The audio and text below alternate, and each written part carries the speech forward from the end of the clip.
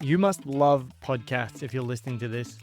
Do you want to start your own one or you already have one? Then follow Smarter Podcasting to get expert advice from me, Niall Mackay, the podcast guy. Since 2019, we've worked with over 40 podcasters, produced over 700 episodes, and helped many podcasts get to the top of the Apple Podcast charts.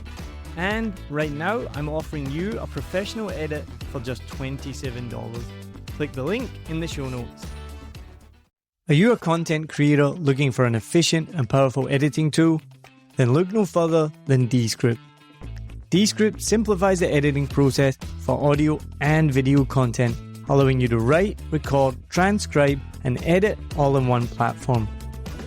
I started using Descript several years ago and it changed the way I podcast.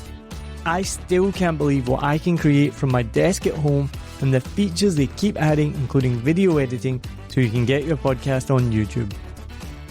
Best of all is the studio sound feature, which turns my original audio, which I'm recording right now, in a big echoey room with my wife in the background doing the dishes, the front doors open. And even though I'm using a really good microphone, the Shure SM57, when I turn on studio sound, it turns it into this. But don't just take my word for it. The Pod Sound School appreciates how it eliminates the sucky parts of podcast editing, which I couldn't agree with more. When I started using Descript, I started to enjoy podcast editing, and I still do to this day. Podcasters, video creators, and journalists who use Descript include Jordan Harbinger, Vox Media, The New York Times, Gimlet Media, and Wired. Join the ranks of satisfied content creators and try Descript today. Go to 7millionbikes.com/promos. That's 7millionbikes.com/promos, or click in the show notes and you can get 1 hour of free transcription per month for free to try it out. And if you do join up, then 7 Million Bikes Podcast will get a small commission, which will help me create these episodes for you. Cheers. If you're a podcaster like me, you've heard these 3 words over and over again. Optimize for SEO. But what does that mean? How do you do it? And does it even work? My name's Niall Mackay, the podcast guy, and the host of Smarter Podcasting. I started my first podcast in 2019, and it's now in the top 10% of podcasts worldwide, and we've just hit another massive milestone, 50,000 downloads. I lost my job during the pandemic, and I decided to make my hobby a full-time business by helping other people build their audience and connect with their community. I now work with people around the world, from the Netherlands to the UK, the US, and even here in Vietnam, to help them do exactly that. I even designed my own online course called How to Start Your Podcast, Get Your Voice Out, and Share Your Story. Now that course is for beginner podcasters, but if you are not a beginner podcaster, don't shut off just yet. This episode is for anybody who wants to grow their show.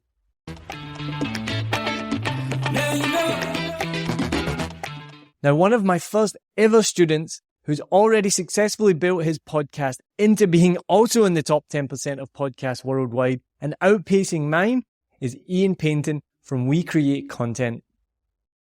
Ian really wanted to start a podcast but didn't know how to, so enrolled in my course and got it started immediately. Now, initially, I wanted to talk to Ian about why my course is so amazing and why you should go and join it right now. And if you haven't started your podcast yet, go and join it right now. The link is in the notes. But I love it when an episode goes in a different direction. Ian creates content for a living. So he knows a little bit about SEO. In fact, he knows a lot about SEO. And we started talking about this, and he had so much amazing information to share. We're going to be talking about that. As a podcaster, you want to grow your audience. We all do. And one of the tips we read over and over again is optimize for SEO. And then nothing to tell you how to do that, just a throwaway line, but no explanation of what to do or how to do it. And does it even work? So as I got talking to Ian, we delved deep into those topics, and I'm excited to share them with you today because it's either going to help you build your audience quickly or save you a lot of time, or both. Also, don't forget the usual cliche: rate, review, subscribe, share it with everyone you know so that I can share this amazing information with more and more people and help them build their audiences too.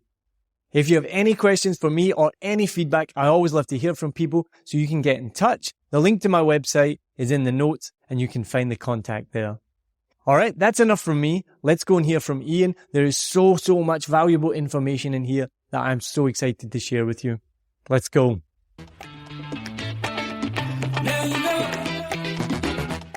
So Ian, thank you so much for coming on Smarter Podcasting today. I'm so excited to hear about your podcasting journey, and Ian is one of the first students of my podcast course, How to Start a Podcast, Get Your Voice Out and Share Your Story. So what was your experience of podcasts? What did you listen to podcasts, and why was that important? Why did you think, right, we've identified this, we want to fill that gap with a podcast? My experience with podcasts was just listening to them. I'd never made one. And I always felt that it was a little bit above and beyond my resources and what we could do. I learned that it wasn't, actually, I think, with the help of your course. The person that we'd done this brand positioning course is called Louis Grenier, who's got a podcast called Everyone Hates Marketers. So I've always listened to his podcast. It's a really good sort of actionable, no bull marketing podcast. But that wasn't why we chose to do it. We just realized that there was a kind of gap as well in terms of the podcasts that are available about Vietnam for global audiences in terms of business. So we saw that there was a gap in the market, and we realized that it could be our pillar content that could then filter down into many different types. So if we could nail that off, then it actually helped our content flow across all the different channels. Seemed like a bit of a no-brainer in that sense. And that is so amazing to hear that you'd identified that, because it's something that I tell clients to do, and it's something that that I do with this podcast as well. I mean, as a content agency, we were already like fully aware about the power of content as a brand building device. But also we were aware like how much time it can take to create different content for different channels. So I guess with regards to working out a content flow with a podcast, if you can create one big piece of content, that becomes like the top of the waterfall, if you like, and then you can break it down into many different types of assets. So the podcast can then go on YouTube and work for search, and you can include the transcription, and that will help as well. You can then take that transcription and you can write social media nuggets using pull quotes and put different types of social media posts on LinkedIn and Facebook and Instagram. You can cut it for reels. You can do YouTube shorts. You can then sum it all up in an email newsletter. Not to mention, you could use it in your sales and marketing content as well. So you could have your sales force actually using the podcast to generate conversations on LinkedIn with potential customers. So it's all about giving value, really, I think, from our point of view. We want to give value to our potential customers with this podcast and all the different assets that we can use from it.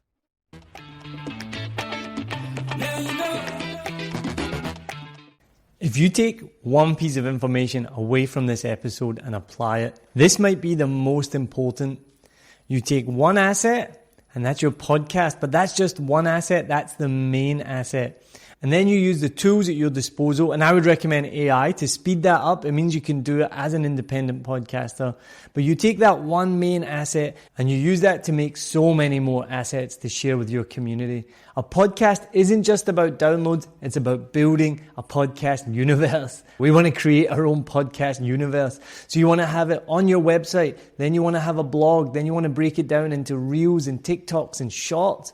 And you want to share that content everywhere. I have thousands of people that watch my short form content 100 times more than the amount of downloads on my podcast. But you know what? I'm okay with that. I love that. I think about things like Seth Meyers and The Daily Show. I watch them nearly every day on YouTube. I just watch the little 5 to 10 minute clip. I never watch the show. I'm not even in the same country as where that airs, so I can't even watch it if I want to. but I love watching these little clips. And guess what? Those YouTube videos get millions of views. And what does that mean? Monetization. They make money off those little clips. It seems counterintuitive, but don't get too caught up on the main podcast. That's just the main asset. Filter that through to lots of different assets and build your audience, build your community in that way. I really hope you're enjoying this so far from Ian. It's so useful, it's so valuable. So let's go hear what he has to say about building those assets. So when you create all these assets from your podcast, how are you doing that right now? So essentially, I'll create the podcast, and as a content agency, we do have team members. We have journalists, editors, video editors, designers. So I will set the editorial direction, what we want to do on LinkedIn, what we want to do on Facebook, what we want to do on the website. And then we will have different content creators edit content, create images, create sound bites, although Buzzsprout usually does the soundbite stuff for us. But it's quite a lot of work, like it takes some experience in journalism, storytelling, editing, design. Again, like content creation, I think is quite a lot of work, something that people might not quite appreciate before getting started. Biggest misconception, right? People just think, I'll just start a podcast. I mean, I did that as well. And then they don't realize how much time and effort. And you've got a team and it's still taking you time. And so any independent podcaster listening, they're obviously like this. It can be so overwhelming. And so I do need to give a plug. If you go back and listen to an episode I've just published a few weeks ago called about Unleash the Power of AI. AI has just revolutionized everything. I use it for so much now with my podcast. Go to podcastmarketing.ai. I don't know if you've heard of this tool. I'll put the link in the notes. Podcastmarketing.ai. You upload your episode and it will give you all of that. It will give you titles, show notes, newsletters for your email, sound bites, quotes, and they're adding more and more and more and more. I interviewed the founder of that company on the episode, Praveen. He's amazing. He actually messaged me last night with a whole list of things that they're going to be updating. I haven't even looked at it yet. And so that, again, takes 10 minutes instead of taking you hours. And so Definitely go check out podcastmarketing.ai. Yeah, I will. And the other one that I've just started using is called Vidyo.ai, which is Vidyo.ai. I think, again, I'll put it in the show notes. And if you're doing video, you upload your video and it will pull out Reels, TikTok, short-sized bites already with templates designed. And I've been using them and it's incredible. All by AI. Crazy, isn't it? I absolutely love this. And I hope anyone who's listening is really taking notes and listening to everything you're saying here, because as a podcaster myself, this is something I've developed over years and I'm learning all the time. And so to hear somebody like yourself who works in content marketing say basically everything that I'm doing as well with this podcast too. And so you have that. The podcast is the main asset, exactly. And if anyone's following Smarter Podcasting, you'll see that we're doing exactly the same thing. We're having pull quotes. We post them every Wednesday. We use Canva. We make them into a nice, beautiful image. Take quotes. We're doing Instagram Reels, Shorts. Not TikTok yet, but I do want to do TikTok. It's just a reach too far. LinkedIn. And you create this massive universe almost just from that one podcast. One of the things that is one of my biggest bugbears with creating podcasts and just content in general is 3 words that I read all the time. Optimize for SEO. With no context of what that is or what that means. And I've had clients talk to me and say, I want to optimize for SEO. How do I do that? And then when I break it down and tell them what that involves, the cost, the time, they're like, I just read it that it's like, optimize your titles for SEO. I think this is maybe going to be the most crucial part of this episode. And for someone like yourself who obviously knows about SEO, break that down in as much detail or as little detail as you want. But when I read that, and I read it all the time, and it has the list of what to do to build your podcast, optimize for SEO. What does that actually mean? What does that involve? Why does it not make sense, those 3 words? And how do you actually do it? Well, there's a lot there. And SEO. I mean, exactly. This is a new podcast. We could create a podcast on those 3 words alone, and they're thrown about all the time. thing is, I think like to reverse engineer something to optimize it for SEO is like going to be quite difficult and may actually damage the integrity of your content. I think if you're going to do any type of SEO research, I think it should be in advance of anything you do. So you know what content themes, content queries or search queries you're going for, you know. But also it's so complicated because do you want to get short tail, high volume keywords, or do you want to get longer tail, low volume, high intent keywords? So it's not just as simple as let's get optimized for SEO or for search engines.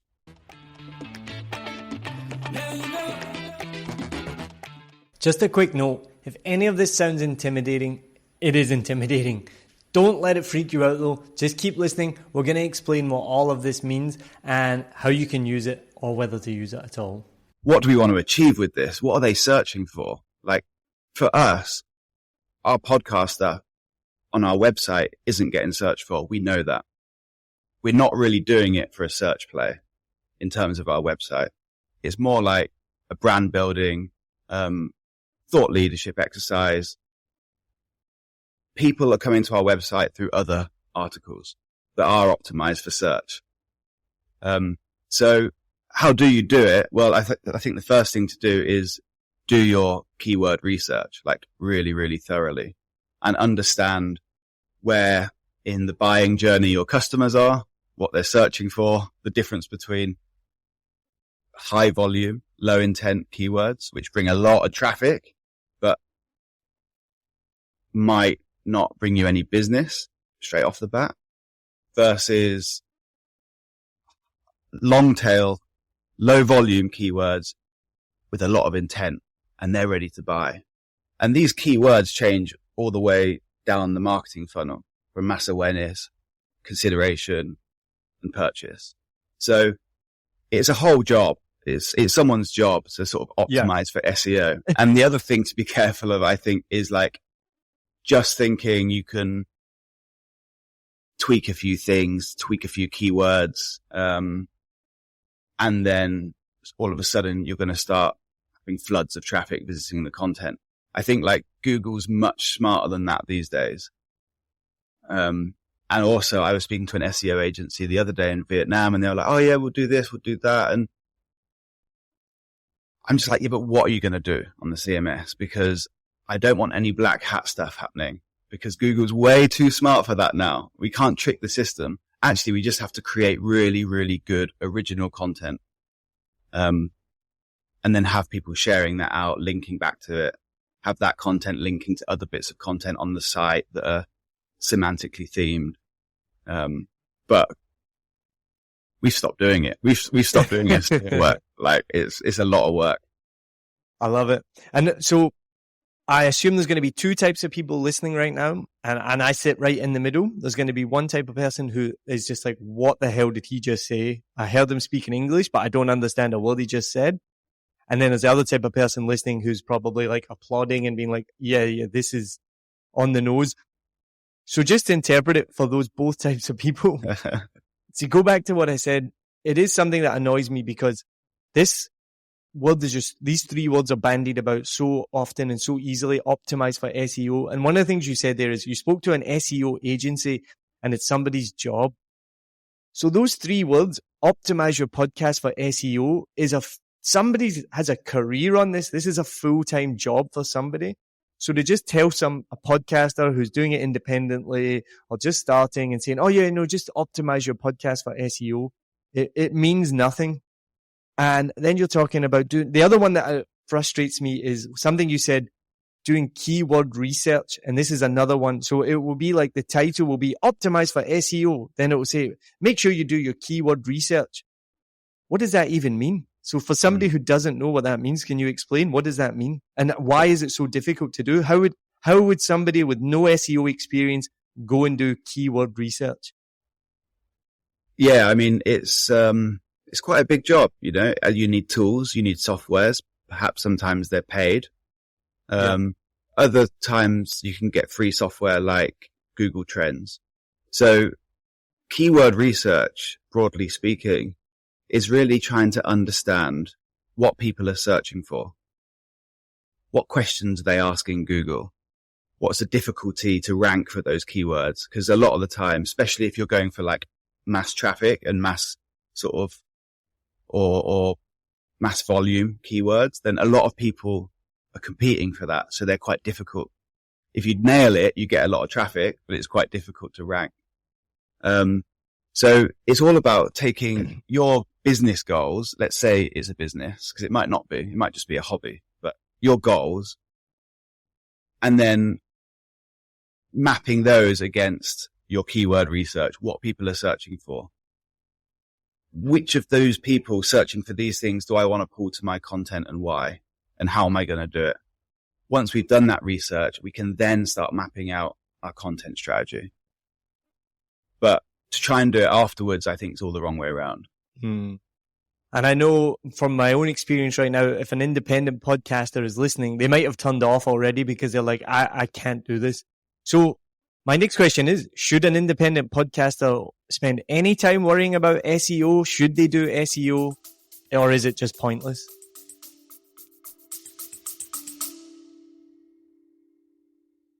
I wanted to share with you about one of my favorite affiliate partners, and that is Fiverr.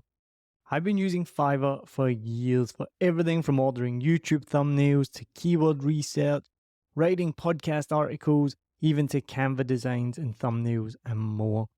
So whether you're a budding entrepreneur, a podcaster, or anyone in between, Fiverr has got you covered. It really is the go-to platform if you want to find freelancers offering a massive range of services to help you on any project. Maybe you need a stunning new logo or just a short animation. Whatever you need, you can find it on Fiverr. What I love the most is how easy Fiverr makes it to connect with talented freelancers from around the world, all at prices that will fit whatever your budget is. Plus, with Fiverr's secure payment system, you can trust that your transactions are safe and secure. No dodgy people you meet on Facebook groups that disappear with your money and never give you what you want. What, that's only happened to me? As an affiliate partner, I will get a small commission if you use the link and at no extra cost to you. As an affiliate partner, I will get a small commission if you click my link and you buy something, all at no extra cost to you. And best of all, you will be directly supporting the making of this podcast that you're listening to for free, but it is not free to make. So why wait? Head over to somewhere that you've probably never been before. It's called the show notes. So whatever app you're listening in, if it's Spotify or Apple Podcasts or anything at all, head to the show notes, click on my special link, and then you can browse thousands of gigs ready to help you with your next project. I mean, there are simple things you can do, I think, like writing your headline with some keywords in it, and using H1 headlines in your articles and things like this, I think it really depends on what your goal is, who you're trying to attract. Is it a business? Are you investing a lot of time and money into this in order for a return? Because SEO is probably something you might want to look at in order to help you with that. Or if it's just a pastime that you're doing for fun and enjoying, then I wouldn't get wrapped up in it too much. I would write stuff feels right, that is coming from the heart, is original content, and distribute it in other ways. And I think people will still enjoy your podcasts and subscribe and follow it. And so I wouldn't let it bog you down, for sure, as an independent podcaster. I think that's just great advice that people need to hear, because it just frustrates me because I see it on so many blogs, I see it so many places, optimize for SEO, and I've got caught up in it before, and it's like, do the keyword research, and then my next question is, how do I do keyword research? What tools are there? Many of them do cost a lot of money. I have looked at Google Trends before, and you're still, as you get bogged down in it, and you're like, I'm spending so much time on this, is it even worth it? Yeah. I think this, and these bloggers have to write something. I've probably written it in one of my blog posts, to be perfectly honest as well. I'm probably a complete hypocrite. Let me ask you a question. how much traffic to your podcasting pages on your website has come through search? I mean, I don't even look at it, to be honest, but I know not much because this podcast itself is just new. But I know the number one article on my website is a post I made about 2 years ago called the top 10 comedy podcasts. And it's literally just a list of 10 comedy podcasts. And I forgot about it. And then when I did look at my traffic, I was like, it's the number one search. It's number one on Google. So if anyone Googles stand-up comedy podcasts, my website is number one. Right. And it almost serves no purpose to my business goals because comedy podcast is not my thing, you know? Yeah. So, yeah.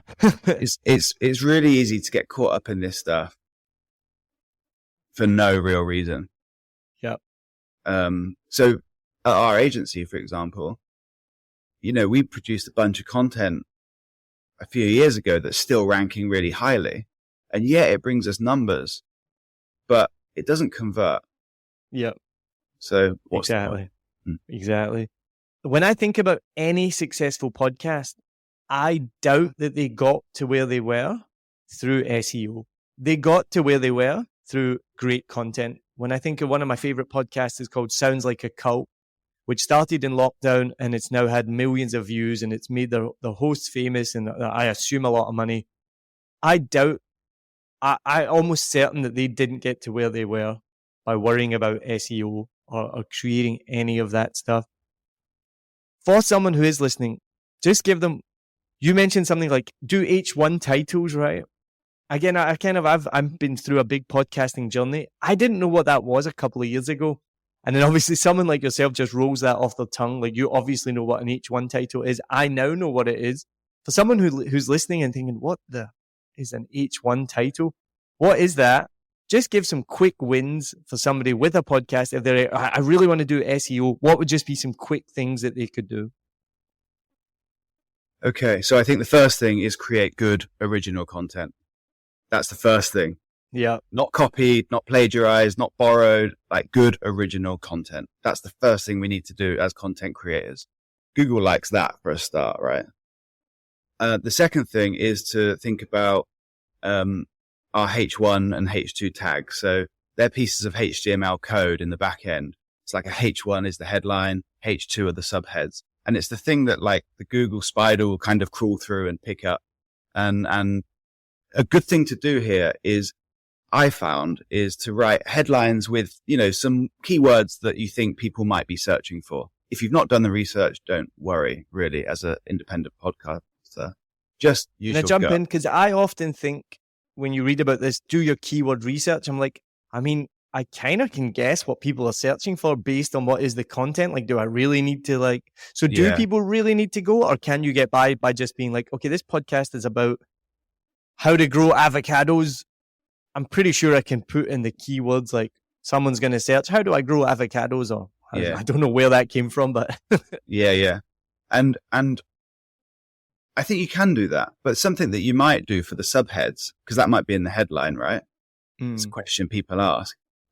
Is, you know, when you go on Google and it's like questions people ask and you tap it down and it's got another question and you win a little snippet and then you tap it down again and there's more and more questions appear. You can look at those questions and perhaps think about, does my content answer these questions? And if so, maybe I will use these questions as my H2 headers. Because then there's quite a big chance of you winning a snippet, which pulls you up in search. And I can already tell that we probably lost anyone listening who is like, why are they talking about this? We've missed a really, really important step here. You need to have a website. Yeah. We've not even mentioned that.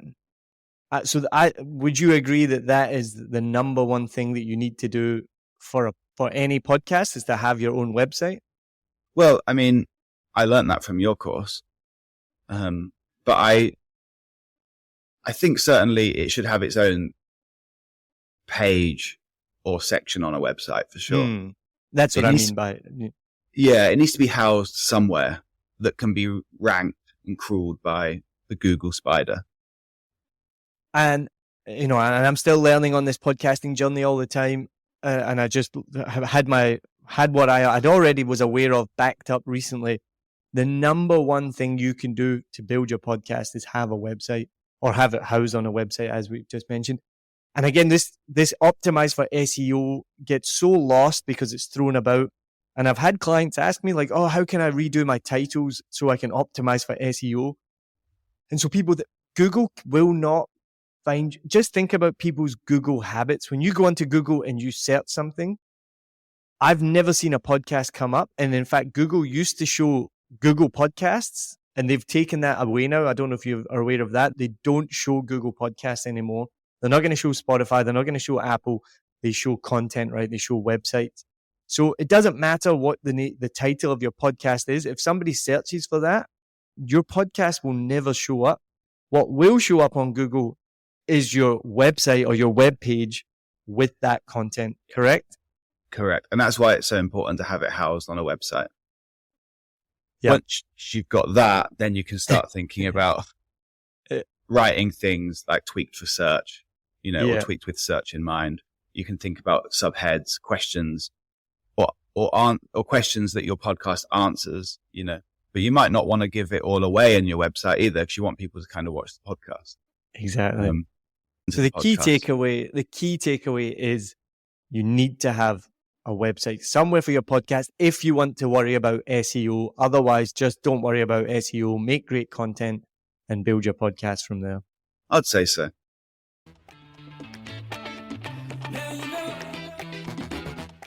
If you are an independent podcaster, stop worrying about SEO right now. It takes too much time, too much effort, which means too much money for marginal gains. If you want to grow your podcast, there are so many more ways to do that will be more effective. You heard Ian, even with a team, it's difficult. The number one thing you need to do is have your podcast on its own website or housed on an existing website that you own.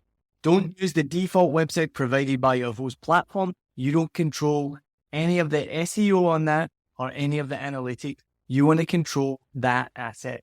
So if you don't have a podcast website, the number one way to grow your show is to have your own website.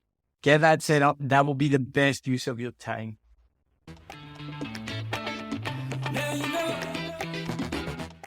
Now, we mentioned at the top of the podcast, and you've mentioned it a couple of times. So you were a student of my podcast course. Why did you join that course, and what were the challenges you were facing? You'd had the idea, you were like, we want to start a podcast. We know the value of that. We know we're going to put it on our website. We're going to optimize for SEO. We're going to create all this other great content. So what stopped you from doing that, and how did the course solve that? I think, honestly, I just felt a little, so we had the idea. We knew exactly what it was going to be called. We knew who our guests were going to be. We knew what it was going to look like. But then it was like, right, start doing it. And I just felt like a little bit alone. I didn't have a production team. So, and I didn't want to go through all these different websites from different people with different ideas, talking about, what we just talked about. Do this, do that. Don't do this, don't do that. I wanted to hear from one person that I knew how to do this. In one voice, on one platform, and I could go through it at my leisure and just feel confident, from A to Z, that I knew exactly how to take the next step. Because also I've got a tendency to be quite a perfectionist over stuff. And something that I learned on this brand positioning course that we'd just done with Louis Grenier was that I just need to ship stuff. I need to get it out. I need to not be perfect and improve it as I go. So I was able to do that, I feel like, after doing your course.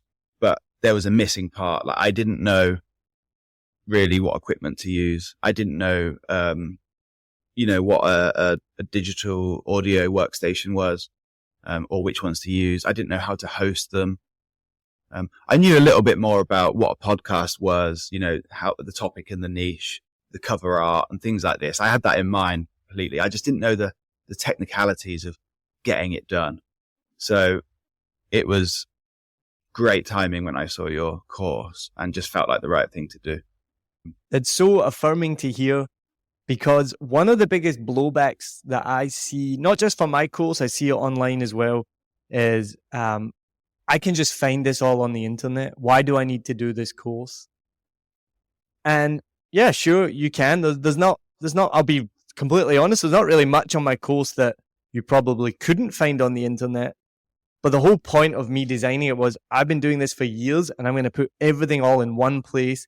And I love that you can get it from one person, and it's not an exact science. So someone else might disagree with me. Most of it's pretty exact. Like if you're going to, there's a whole topic on choosing your name, right? The name of your podcast. I'll simplify it really easy. Make it 3 words, make it short, make it catchy. It's not that difficult, and you can find that out. But you're going to have to go through lots of different web pages, find lots of different voices to find that one answer. So you can do that all on the course. Yeah. And you gave options. You gave different ways of doing things. You weren't like, you must do it like this, which was nice, but it just felt more simplified. And like, I trusted that course more than like from one source of truth, rather than like multiple bloggers who I don't know. No, that's great to hear. So if you hadn't done the course, where would you be at right now with your podcast? I think it would have just taken a lot longer for me to get to where I am. I wouldn't have had the confidence to do it, and I probably would have not started as quickly, and not shipped stuff as quickly, and not improved as quickly, and not got these listeners as quickly. I think it would have been a lot slower, and I would have been a lot less confident. And that's 100% the goal of the course, which if you've done it, you'll hear me talk about it through the course. So I'm the opposite to you, which I think is bad as well. Like I'm very much like, I will just do things. This podcast is the exact same, and it can always improve, and it will improve. And if you are listening and you think this is rubbish, send me a message and let me know how to improve. I'm very much of like, I will just do it and I don't wait, and then it can be improved later on. So part of my course, and I say it in the course, was like, don't wait. Just do it. I write it in a lot of my blog posts, just get it done, because otherwise a month will go by, 2 months will go by, 6 months will go by, a year will go by, and you've not done anything yet. Yeah. That's definitely how it would have been for me. I'd still be here like trying to do my first episode, I reckon. And I know the power of podcasting, and I don't say this lightly. Podcasting changed my life. Like I'm going to be doing a TV commercial this week. I did a voiceover last week. I do stand-up comedy, the people I've met, the skills that I've learned, the doors that have opened, all from starting a podcast. For me personally, I know the clients that I've worked with have instantly got business as soon as they've started a podcast. I know that they've been able to, again, open doors. For you, what changed for your business? What have been the results of starting a podcast? It meant that we could start doing some brand building. Like as a content marketing agency, our own content marketing was terrible. We were so busy working for clients that we neglected our own content marketing. So for the first time ever, I've been able to start speaking confidently on LinkedIn. Not only talking about podcast content, but just talking about Vietnam under this kind of brand message of, you don't know Vietnam, I do. I'm the Vietnam guy, That's kind of the idea on LinkedIn. It's kind of a bit of a game actually, and LinkedIn really troubles me. But I have to play it in order to build the brand, my personal brand, the agency's brand. So we're back active on Facebook. We're back active on Facebook. We're super active on LinkedIn. Got more content going onto our website, which again isn't really search content. We know that it serves a different purpose, but it's there. So it's really helped our agency create content and start building our brand, which we'd completely not done for many years because we were so busy with our clients. There's just so many great things you keep mentioning. One is being the guide, which I completely recommend, and is how I coach my clients as well, is you are the guide. You're going to share with the listener. You're going to take the listener through whatever journey that you want to take them through. So that's amazing that you're already doing that. And then also taking that content and using it on things like LinkedIn and things like this. This is where it really takes it to the next level. So that's so great to hear. You mentioned to me before this call your download numbers, and with a little bit of like almost disappointment. And this is again another thing. I've been through this as well, but many people don't understand what their numbers mean, whether they're good or not. And I've already shared with you, your numbers instantly put you in the top 10% of podcasts worldwide. And your numbers are incredible. Another thing you might not realize, you're like, oh, I'm only 11 episodes in, I think you said. That's a major, major milestone. So between 50 to 80% of podcasts that start don't make it past 10 episodes. And it's called pod fade. And you would have heard this in the course. And it's one of goals of the course is to avoid pod fade. The reason that podcasting changed my life was because I was able to do it so consistently for so long. I've just gone over 250 episodes on my main podcast, just hit 50,000 downloads. These are major, major milestones. And I want everybody who does my course, everyone I work with, to do that, because like anything, if you just do it, if you just dabble and you don't get to 10 episodes, you're not really done a podcast. I've seen people say, oh, I'm a content creator or I'm a podcaster, and they've done like 5 episodes 2 years ago. And I'm like, no, you're not. So congratulations on avoiding pod fade. Getting to 11 episodes is amazing. And as a course creator, as a podcaster, that makes me so, so happy. So what are your downloads? Do you want to share them? Yeah. I think last time I checked, it was about 1,700 downloads on 11 episodes. So yeah, thank you. I mean, I'm not disappointed. I'm quite aware that that's quite a lot of people. But of course, and I can see that the graph like getting bigger and bigger and bigger, with every episode that we publish. So I'm actually quite happy with it. But yeah, like it certainly hasn't gone gangbuster viral, which I'm fine with as well. Well, this is a term that everyone wants to go viral. And again, that's kind of and I'm sure you've probably done this, and I tell this to everybody. Imagine, so 1,700 downloads, that's like imagine if you're in an auditorium with 1,700 people, or if you average that out, about 170 downloads per episode. If you had 170 people, if you wanted to put on an event and I want to tell people this thing, and 170 people showed up in a room to listen to you, you would be blown away. And those people are around the world, and they're doing the dishes, or they're in the car, or they're at the gym, and they're listening to every single thing you say. They might even be falling asleep. I know one of my listeners listens to my podcast to fall asleep, and not in a negative way. They enjoy falling asleep listening to my podcast. That's incredible. Imagine the engagement that you're getting to talk to people through this medium of podcasting. Yeah, I'm so pleased with it. And recently, someone from Singapore messaged me on LinkedIn saying, oh, I've seen your podcast. I've seen what you're doing in Vietnam. We've got this project coming up, and I know nobody in Vietnam apart from you. Can we talk? You know, so it's serving the exact purpose that we wanted it to serve. It's not trying to sell anything. It's trying to position us. It's trying to build the brand and make us visible, really, as people that are on the ground in Vietnam that can help people enter the market, and build an audience. I can't think of a better reason to start a podcast. So Ian, this has been unbelievable. So much value in here. Thank you so much. Appreciate it. Thanks for having me. Thank you very much for listening to this. I hope you got as much value out of this episode as I did. Really, honestly, don't fall for it. I went back and looked through one of my blogs. I hadn't even posted it yet, but I was about to write one of those 3-word sentences optimized for SEO. I've kept it in, but I've added a caveat as to what that exactly means. It is difficult, it is challenging, and it's probably not the best use of your time if you want to grow your podcast. There are so many other ways to do that, like getting on other podcasts. But the biggest one we mentioned in the episode is get a website and people can find your podcast there. But most of all, just keep making great content. So keep following Smarter Podcasting. I'm going to be bringing you different guests every week to give you the best information and the best help that you can get to grow your podcast and connect with your audience.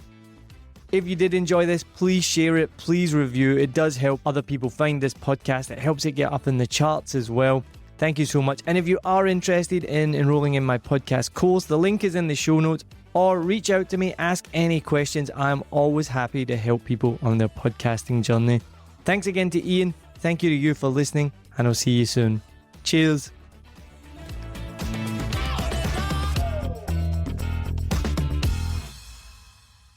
Hi, my name is Sal Jeffries. I run the Mindset, Mood and Movement podcasts. I've been working with Neil at 7 Million Bikes for the whole of this year, literally from the start of my podcast to date. And I want to say a couple of things. So when we record the podcast, sometimes there are things that I need tweaking. There could be edits or clips. It's really simple. I give those instructions to Neil, he gets it sorted. There's sometimes a sound level differences between the guest mic and mine. Again, that's all sorted so the outcome is a really balanced sound.